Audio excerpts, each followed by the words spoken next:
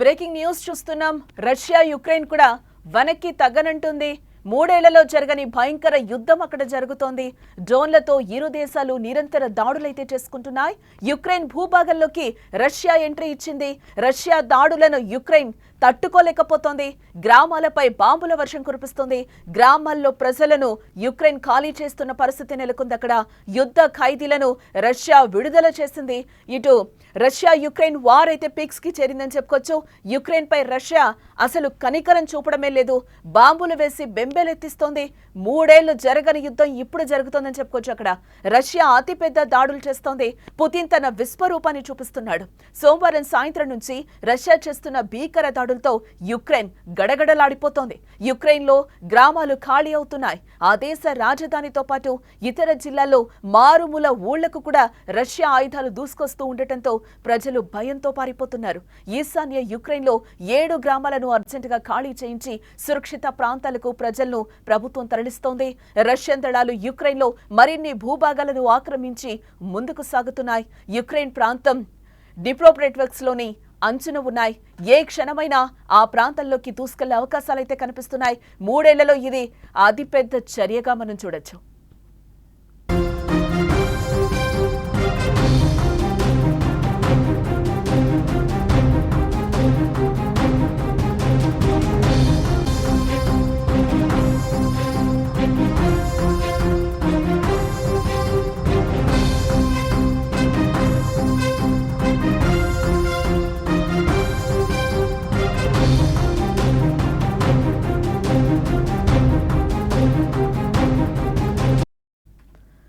Russia చేస్తున్న నిరంతర దాడుల్లో యుక్రెయిన్ కు ప్రాణ ఆస్తి నష్టం భారీగా జరుగుతోంది. తాజాగా జరిగిన దాడిలో వందలాది మంది డ్రోన్లు మిసైల్స్ అటాక్ లో కీవ్ లో ఒకరు, దక్షిణ ఓడరేవు నగరం ఒడెస్సాలో 2 మరణించినట్లుగా సమాచారం. కనీసం 13 మంది గాయపడి ఉంటారు. సెయింట్ సోఫియా కేథడ్రల్ తో సహా భవనాలు దెబ్బతిన్నాయి. యుక్రెయిన్ నగరాలపై రష్యా మొత్తం 315 డ్రోన్లు మరియు 7 క్షిపణులను ప్రయోగించిందని యుక్రెయిన్ సైన్యం అంటోంది.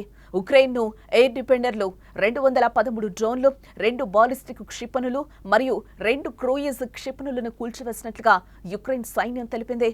రష్యా దాడులకు ప్రతీకారంగా యుక్రెయిన్ కూడా దాడులు చేస్తున్న పరిస్థితి అక్కడ నెలకొంది.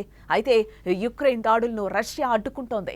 సోమవారం రాత్రి నుండి మంగళవారం వరకు వైమానిక రక్షణ విభాగాలు 109 యుక్రెయిన్ డ్రోన్లను కూల్చివేసినట్లుగా రష్యా రక్షణ మంత్రిత్వ శాఖ ఇప్పటికే తెలిపింది. బెల్గోరోడ్ నగరంలోని పెట్రోల్ బంకుపై యుక్రెయినియన్ డ్రోన్ దాడిలో 1 మృతి చెందగా మరో 4 గాయపడినట్లుగా ప్రకటించింది ప్రభుత్వం.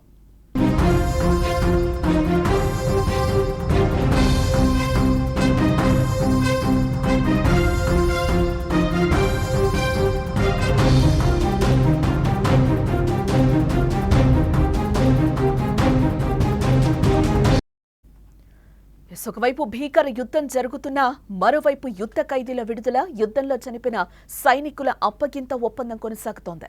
రష్యా మానవతా దృక్పథంలో యుక్రెయిన్ యుద్ధ ఖైదీలను విడుదల చేసింది. గత వారం టర్కీలోని ఇస్తాంబుల్లో జరిగిన చర్చల సందర్భంగా కుదిరిన ఒప్పందం ప్రకారం 2 వైపుల నుంచి 1000 మందికి పైగా ఖైదీలను విడుదల చేయాలని భావించారు. ఈ నేపథ్యంలోనే మొదటి విడతగా ఖైదీ మార్పిడి జరుగుతోంది. రష్యా జైల్లో ఉన్న యుక్రెయిన్ యుద్ధ ఖైదీలను మంగళవారం విడుదల చేసింది. వారు యుక్రెయిన్ లో అడుగుపెట్టి తీవ్ర భావోద్వేగానికి గురయ్యారు. ఆయన వారిని చూసుకుని ఆలింగనం చేసుకుంటూ కన్నీరు కార్చుకున్నారు. మాతృభూమిలోకి రాగానే పునర్జన్మ వచ్చిందని భావించి జై యుక్రెయిన్ అంటూ కూడా వాళ్ళు నినాదాలు చేశారు. అక్కడ యుద్ధంలో చనిపోయిన సైనికుల మృతదేహాలను కూడా యుక్రెయిన్ కు రష్యా అప్పగించడం జరిగింది.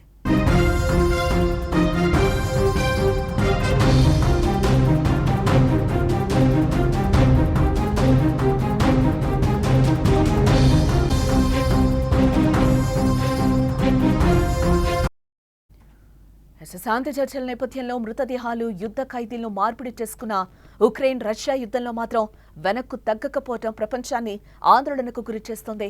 3 ఏళ్ల కిందట బలమైన రష్యా యుద్ధం ప్రారంభిస్తే యుక్రెయిన్ ఓడిపోతుందని, తొందరగా యుద్ధం ముగుస్తుందని అంతా భావించారు. కానీ అంచనాలకు మించి రష్యా దాడులను ధీటుగా ఎదుర్కొని యుక్రెయిన్ నిలబడింది. దానికి కారణం మిత్ర దేశాలు అందిస్తున్న సాయమే. ప్రత్యక్షంగా పరోక్షంగా యూరప్ దేశాలు అమెరికాలో జెలెన్స్కీకి ఇప్పటి వరకు మద్దతుగా నిలబడ్డారు. ఇటీవల యూకే కూడా భారీగా డ్రోన్లను యుక్రెయిన్కు అందించింది. అయితే గత కొన్ని రోజులుగా ఈ దాడులు ప్రతిదాడులు మరింత ఉధృతమవుతున్నాయి.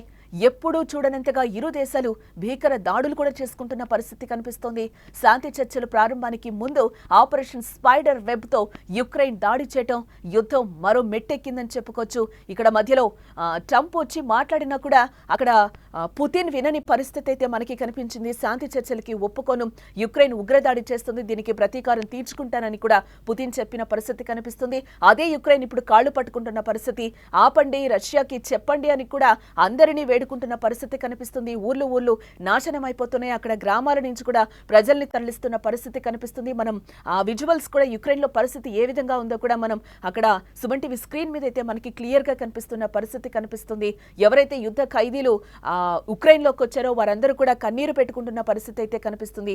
ఇప్పుడే మేము అక్కడ యుద్ధ భూమి నుంచి వచ్చాము అని చెప్పి కూడా వాళ్ళందరూ ఖైదీలు తప్పించుకున్న తర్వాత ఖైదీలందరినీ కూడా యుక్రెయిన్ కి రష్యా ఇచ్చేసిన తర్వాత అక్కడంతా భావోద్వేగ వాతావరణం నెలకొందని చెప్పుకోవచ్చు.